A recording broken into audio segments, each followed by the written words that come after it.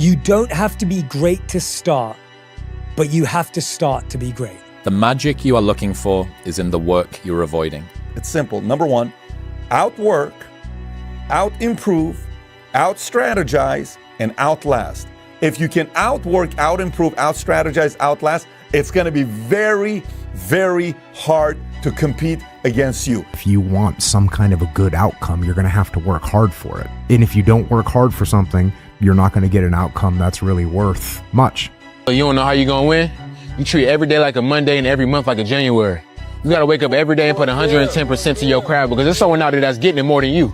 So don't be acting shocked when they up and you down. The person who grinds the hardest always gets it. Hard work beats talent every time. Remember that. You have to be crazy enough to think that it's possible. That's how you do something worthwhile. That's how you beat the odds. You have to believe it's possible. End off your night with this. You can either wake up tomorrow and literally choose to change your life. Choose to get the skills you need to be successful, rich, or conquer your dreams. Or you can wake up and decide to do the same shit that you've been doing for the past 3 years of your life that you hate. When you're 35, 40, 50 years old, you're gonna figure out that you didn't have a choice and you didn't take the right choice, okay? And the right choice is you can either go out and build your dreams, go through all the hard shit, get knocked down a million times, get punched in the face a million times, get told you're shit by everybody that you love and everybody that's around you, get made fun of, get laughed at, get picked on, become the joke, and continue to move forward, and then build your dreams and let your life speak for itself. That's your one choice. Or the other choice is you can quit. But now you know what giving it your all is. And you will not succeed in business or any endeavor in life until that fight you just went through is applied to the same endeavor. And you guys are saying you're doing everything right and you're giving it your all. Come on. Come on. Your all is a lot more than you know. You got more inside of you to give. Stop selling yourself so short. So many lives would transform overnight if they realized my life sucks, I have nothing going for me, really means I have nothing to lose, and that makes you a very dangerous person. Well, why? It's dangerous out there. It's, yeah, no kidding. More dangerous here if you stay with me by a lot. So you might lose your body out there in the world, but if you stay here, you lose your soul. Every day when you get out of bed, life's standing right there to kick you in the face, man. And you have to be ready for it, and you got to deal with it. You can't curl up into a ball. You can't run away from it. You can't hide. You have to take all this shit head on. I mean, just sitting around dreaming someday, you know, I mean, someday I'm going to get a different job. Someday I'm going to change this. Well, someday ain't a day of the week. The best way to fight the demons that chase you in the night is to stop and turn around. Turn around. Face them. Man up. Discipline your thoughts. Stop thinking too much. Don't go into the past. Don't go into the future. Be in the present. The easiest thing in the world to do is to complain, blame, and quit and settle. That's the easiest thing in the world to do. But it takes real work to deconstruct and to reconstruct the thought process and the mindset of an individual when they're trying to change something. That's why I always say to people, what's more important? What we acquire or who we become? It's incremental changes over the long haul, and the way you have to look at it is if these two boats are going in a parallel direction and one of them just shifts 5 degrees over the course of time, this boat is going to be in a far different place than the other boat that's going the same way it was always going. The next year is going to go by whether you're doing something about your life or not. I mean, we're sitting here right now at the end of February, and the next 10 months are going to go by whether somebody is working to make change or whether they're not. And they may think, you know, oh my God, I'm so far overweight, I'll never get it under control, or I'm so behind in my bills, or I'm so depressed, or everything is so out of control. Well, you know what? You make those incremental changes, and then, you know, pretty soon in December you go, hey, I'm way better off than I was at the end of February. So shit, you made little changes and they all added up. How bad do you want this? If it's as bad as you want to live or breathe or sleep, whatever the hell it may be, I can work with you. Sun don't stop for nobody, man.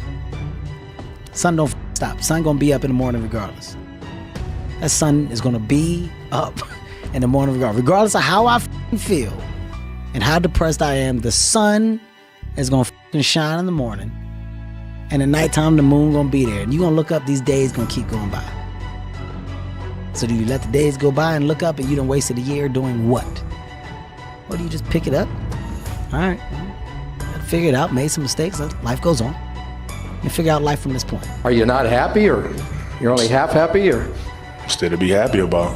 You're up too old. Job's not finished. Job finished? I don't think so. Never say never, because limits, like fears, are often just an illusion. What was really your work ethic like, and for how long did you stay disciplined? Well, I mean, every day. Since 20 years. It was an everyday process, and trying to figure out strengths and weaknesses. And a made bed gives you encouragement that tomorrow will be better. So if you want to change the world, start off by making your bed. Life isn't fair.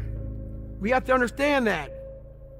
It shouldn't be fair. It's a trial ground, it's a testing ground. It's built to make us harder. It's built to make us as strong as we can, to test us, to drive us. So, mentality is the only thing that gets us through life. I was an underdog. We are all underdogs in life. Even the baddest person in the world should think that way. So you should always have I've never arrived mentality. And the can't hurt me mentality is no matter where you come from, the sewer or wherever you think you're from. When I got out of the sewer, I got to the road and looked around and said, can't hurt me. All your excuses are lies. They are lies, all of them. Think about the things that you tell yourself, the lies you use to rationalize taking the easy road. Taking the easy road and leaving discipline behind. Think about them. You don't have time. That's a lie. And there's, you're too busy. Sure you are. That's a lie. Do you actually want to do this or not? Do you actually want to do this or not? Because if you actually want to do it, what's going to stop you? Nothing. And if you don't really want to do it, what's going to stop you? Just about anything that comes up. Just about any obstacle that gets in your way becomes an excuse. It becomes a reason. It becomes a rationale for not proceeding down that path. I wasn't invited to parties or friendly gatherings on the weekend. So on Fridays and Saturdays, I would go to my rec room with my basketball and basically dribble myself to sleep. And I think that was the best thing that could have ever happened to me, because during those lonely hours in the rec room, I discovered the hunger, the motivation, and the desire to be the best possible basketball player that I could be.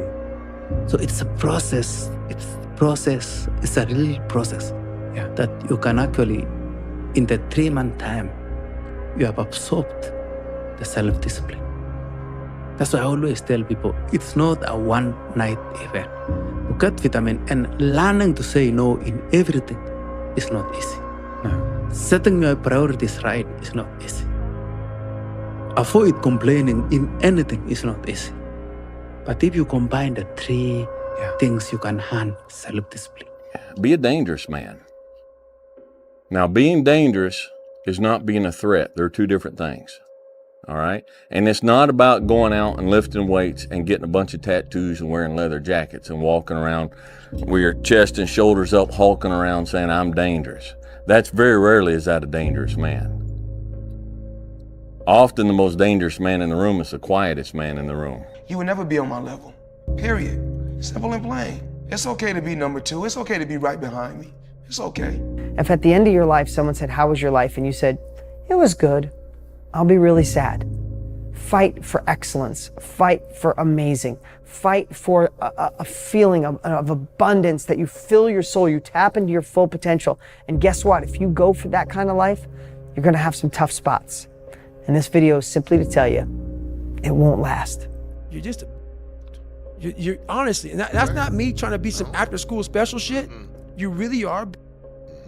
Real men ain't doing it. Real men don't care about that gossipy bullshit. Get to work, man. Right.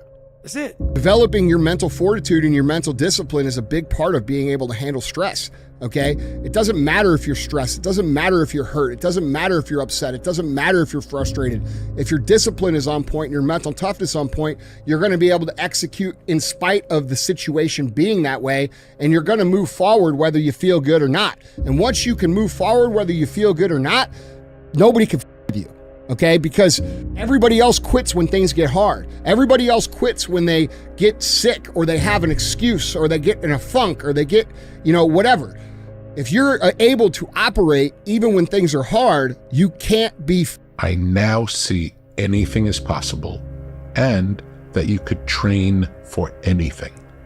There's nothing you can't do. You can't be the best in the world at something, but you can be a lot better than you are at anything you want to put the time into learning, whatever it is. You could do anything.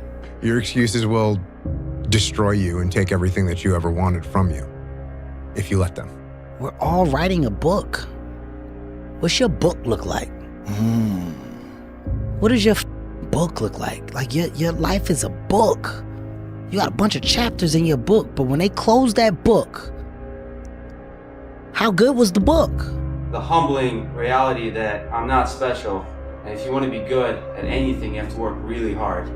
And if you want to be the best in the world at something like I do, I want to build robots better than anybody else in the world.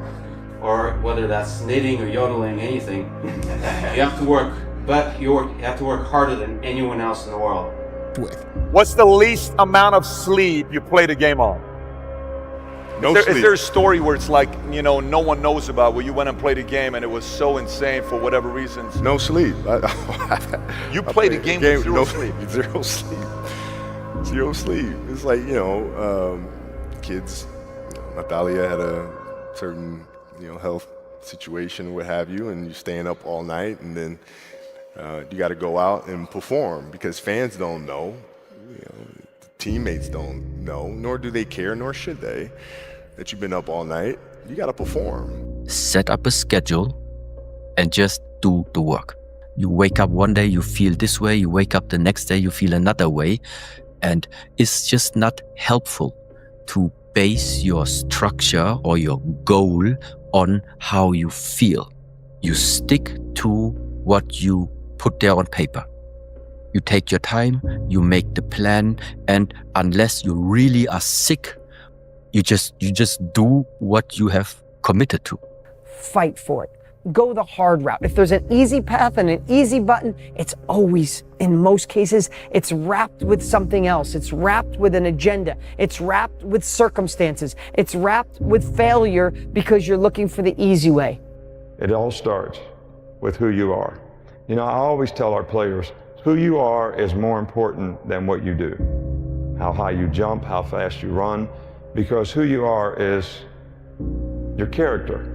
And your character is an accumulation of your thoughts, your habits, and your priorities on a day-to-day basis, because those three things determine the choices you make, and the choices you make you who you are. Good guy, bad guy, hardworking, lazy, responsible, irresponsible. And it takes a certain amount of discipline to do what you're supposed to do, when you're supposed to do it.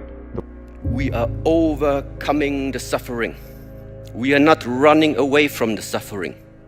You are overcoming it. You go through it until you have become so strong. Your body becomes so strong. Your mind has become so strong that it doesn't matter afterwards anymore. You feel it, but it's not the same like you felt before. So therefore, how to translate this into our nowadays lifetime?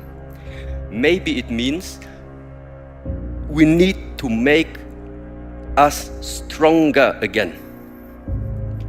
Very simply said, this society is too weak. The thing about pain is, like, you feel it right now, it's temporary, man. But later in life, you don't remember the pain. You just remember like the glory and the good times. When I was going through West Point, that's why when they say pain is temporary, pride's forever, that's what they're talking about. Because if you push through the pain to achieve the pride, you forget about the pain was ever even there. But if you can't push through the pain and the pain stops you and breaks you down, well, then that pain is forever. because he never got pride to outbalance it. I became obsessed. I became obsessed with being the baddest motherfucker that God ever created. Am I that? I don't care. I believe it. And I was trying to tell him, once you become obsessed with something, obsessed, it's okay to be unbalanced for a while. It's okay. Don't be all this stuff people say, you got to be balanced. To be the best in the world at what you do, it's not about being a Navy SEAL, people. The best at what you do, you have to be unbalanced to find every bit of energy and strength that you have to pull it off. People need to suffer.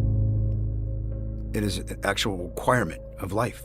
It is the fiber, the DNA of love. Real love and true love and in perpetuity can't exist without suffering. It's impossible. How badly do you want what you want? How badly do you want it? Or do you want it at all? You see, there's an awful lot of people who want an awful lot of things. But how badly do they want it?